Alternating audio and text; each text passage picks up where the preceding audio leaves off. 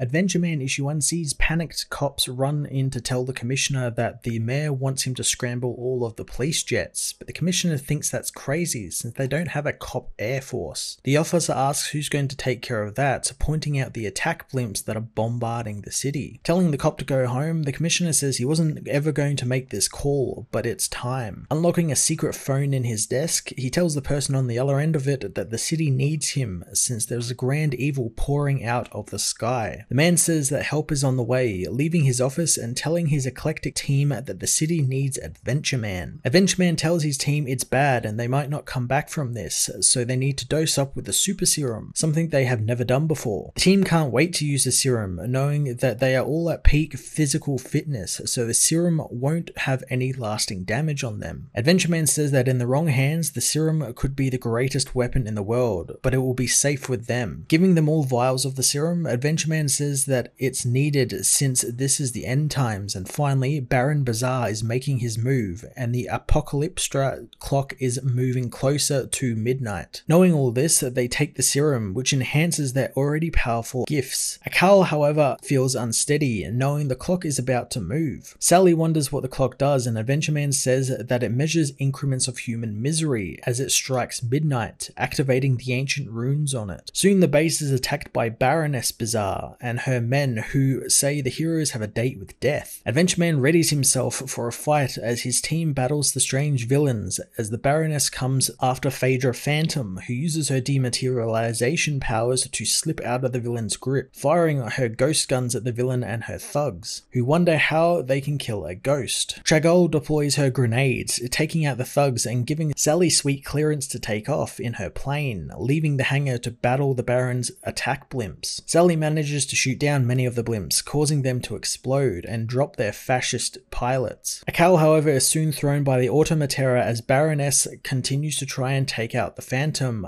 becoming frustrated with the girl's phasing powers. Metamage soon wraps up the gentleman in his trendles, making the magician too cold to remember his spells. Luckily, Adventureman saves his friend, saying that he's just repaying the gentleman's favor he owes him many times over. The Baroness soon confronts them, and Gentleman notes that there is something different about her, noting her two new mechanical arms. Tragol catches her from behind, firing her ray gun at the Baroness, who utters her magic, creating a shield which redirects the ray gun, blasting upwards, hitting Sally's plane and knocking it out of the sky, causing her to ditch it, parachuting back down into the base, which Adventureman is happy about since it's all hands on deck. The team battle the evil fascists as the clock ticks past midnight. Elsewhere, Baron Bazaar knows the time is at hand and the time of his transformation, and all the plans he has had has led to this. Before it begins, he calls for the death of all as he begins the ritual. In the hero's base, a book begins smoking and making noise Adventureman knows. Grabbing Baroness, the hero wants to know what madness this is as she tells him to behold the Judas press as it stirs awake, writing out the Obliteration Bible, and Adventureman's time is now up as the clock ticks further past midnight. The clock explodes, destroying much of the tower, and in the flames, Baron Bazaar finds the defeated Adventureman, saying the hero must always die. Adventureman's story ends, and Tommy, who is being read the story by his mother Claire, can't believe how that ends. His mother tells him it's bedtime as Tommy continues to ask how that can be the ending, but his mother says that sometimes their favorite stories don't get endings and sometimes they just stop. Tommy says she always told him everything will be okay, but everything isn't okay at the end of the story, so it must not be the end. His mother says that it was the end of Adventureman's adventures, not theirs, but now it's lights out, so he needs to see if he can dream up a better ending. Outside, the noises of the city get overwhelming for Claire, so she takes out her hearing aids, basking in the silence as she reads. The next day at the family dinner, she keeps them off, finding it nice not to be able to hear the noise. Suddenly her father notices that she has her hearing aids off, so she puts them back in, pretending she knows what everyone was talking about, but Tommy knows that she can't read lips to save her life. Claire knows her big family have one rule they got from their Jewish mother: if they are all in town on the same night on Friday, they are to eat Shabbat dinner together. Being raised with many sisters from different places in the world means that there is a lot to learn, and the best way Claire knows to do that is over food. Claire's father wants her to share her day's high points, low points, and other things from it, or face not getting dessert. Claire lies to her family, saying that it's not that she doesn't like listening listening to her family talk. It's just that when everyone talks over one another, her hearing aids get loud and buzzy, so she has to turn them off. And then later, she gets Tommy to catch her up on everything. Claire knows this is just a lie everyone gently agrees upon that allow the families to function. She knows it wasn't always like this, and she used to have highs, lows, and more, but now she spends her days in a quiet place, her mother's used bookstore. The next day, Claire heads into the store and is soon pulled from her book by a customer, not even seeing them despite the customer's unusual way of dressing. Claire welcomes her to the stall, learning the woman is there because Claire has an interest in certain books of hard-to-find natures. Claire confirms that she does like those type of books as she looks over what the woman has brought her. Claire is shocked to find a book with Adventureman's logo on it, thinking it a special edition of his book. The woman asks if she's got books on the supernatural as she spots strange cloaked men coming in the store. Claire leaves her to go and find the books as she flips through the Adventureman book and suddenly notes the men dashing in, saying that they are her first consecutive customers. The men disappear down the back and she follows them, finding them going into the back room. Giving chase, she runs out the back door, but the men have disappeared down the alley. Soon she sees them at the end of the alley, forcing the woman into a strange car. The woman, however, says it's fine since these are her escorts and she was away from home for too long, so they worried. Claire wants to give her the book back, but the woman tells her to keep it and to read it. One of the men is left behind, so Claire asks him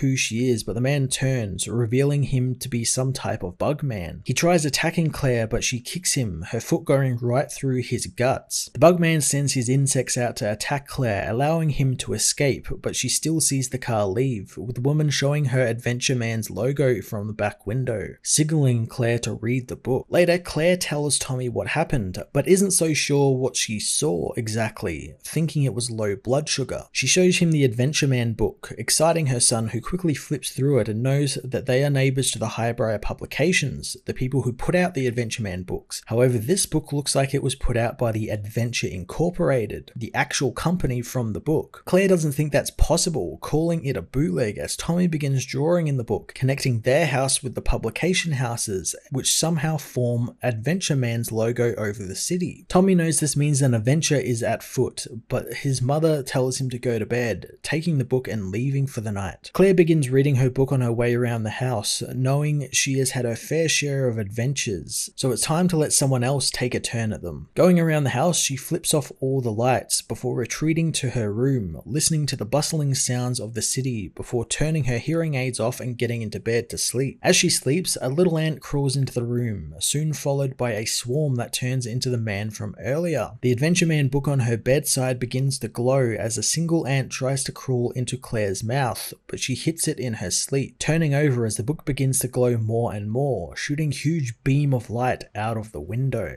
Adventureman issue 1 was a fantastic oversized first issue that touted a fun, action-packed story full of twists. I love the idea that the titular Adventureman is some fictional pulp hero in this world who, by the way this book seems to be going and how the plot is proceeding, is actually real, with our main characters kind of going on an adventure to find out what happened to him. Speaking of the main characters, Matt Fraction did a great job introducing Claire, her son Tommy, and their rather interesting large family, whose skills were thoughtfully mentioned throughout this issue, will play a giant part in the adventure and maybe even fill in the roles of Adventureman's team that we saw at the beginning of the book. The character designs and art by Terry and Rachel Dodson are second to none, and I hope they stick around for the book since it does a great job of bringing that Art Deco 40s pulp feel to what would otherwise be a run-of-the-mill action adventure book. I'm going to give this issue a 9 out of 10.